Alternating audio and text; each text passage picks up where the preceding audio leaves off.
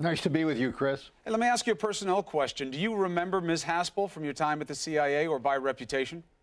I do. She worked as an officer when I was director of the CIA. Is it fair for her to come under scrutiny for her leadership role when it came to the Thai interrogation center and the types of operations that were carried out there?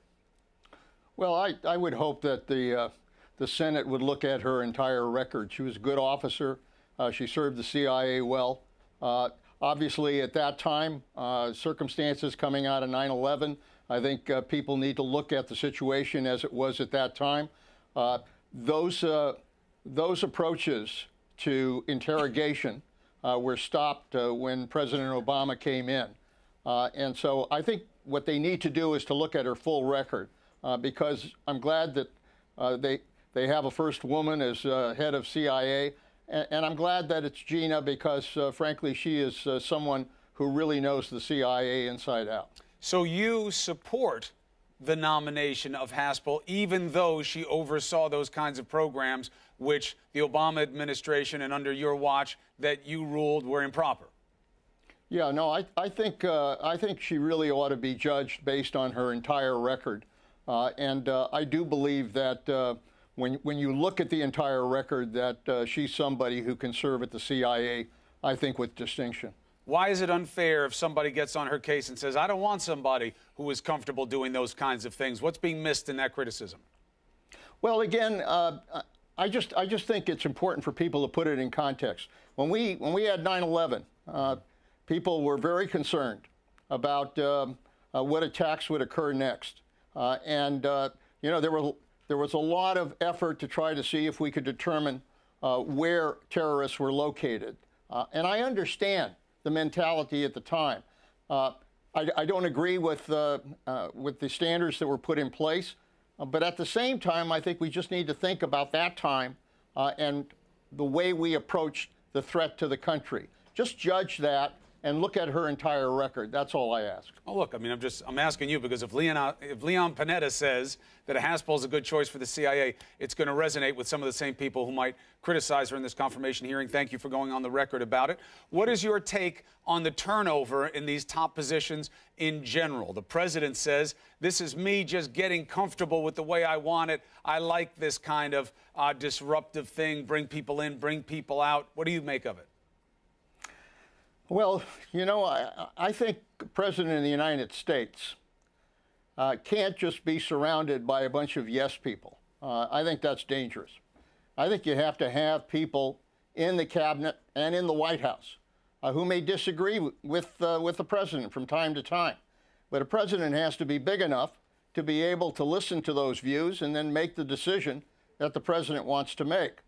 I think this president needs to be willing to have people who may disagree with him on policy and still be loyal to them. I thought the way he handled the firing of Rex Tillerson was really disgraceful, because as President of the United States, you ought to at least have the courage to face people directly and tell them why you may not like them or get along with them, but give them the opportunity to resign with a degree of dignity.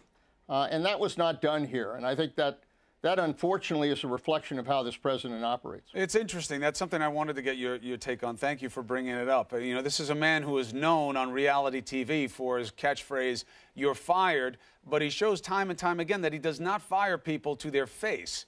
What is the effect of that on leadership in your experience? I think if you're a leader, you've got to be somebody who's willing to deal honestly with the people that serve you.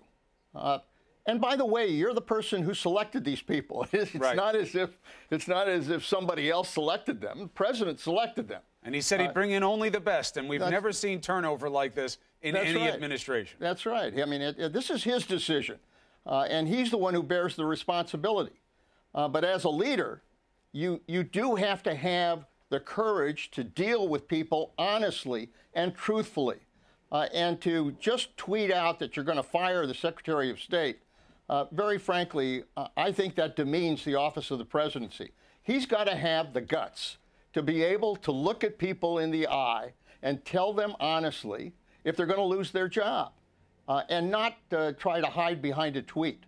That's the way presidents are supposed to operate.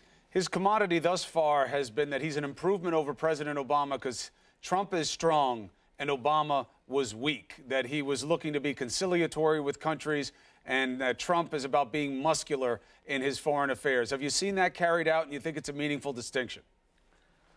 Well, what I'm worried about is that this is a world in which we're facing a number of flashpoints that are very dangerous to this country. And a president of the United States has to deal with all of those threats in a way that provides a policy approach that fits what the United States wants to do to protect our national security. I don't see that larger strategy here.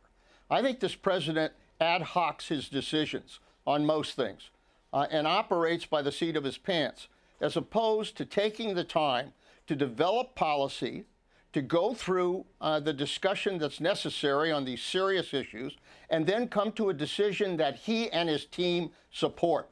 He is constantly rejecting the advice of his national security team. He's got a very good national security team. He ought to listen to them because, frankly, they understand the impact of these foreign policy decisions. If you're gonna bring on good people who know what they're doing, for goodness sakes, listen to them, because these issues are not something you ought to deal with casually or erratically. I'm out of time, but let me get you on record quickly. Do you support the nomination of Mike Pompeo going from CIA to the State Department based on what you heard about him and his time at the CIA?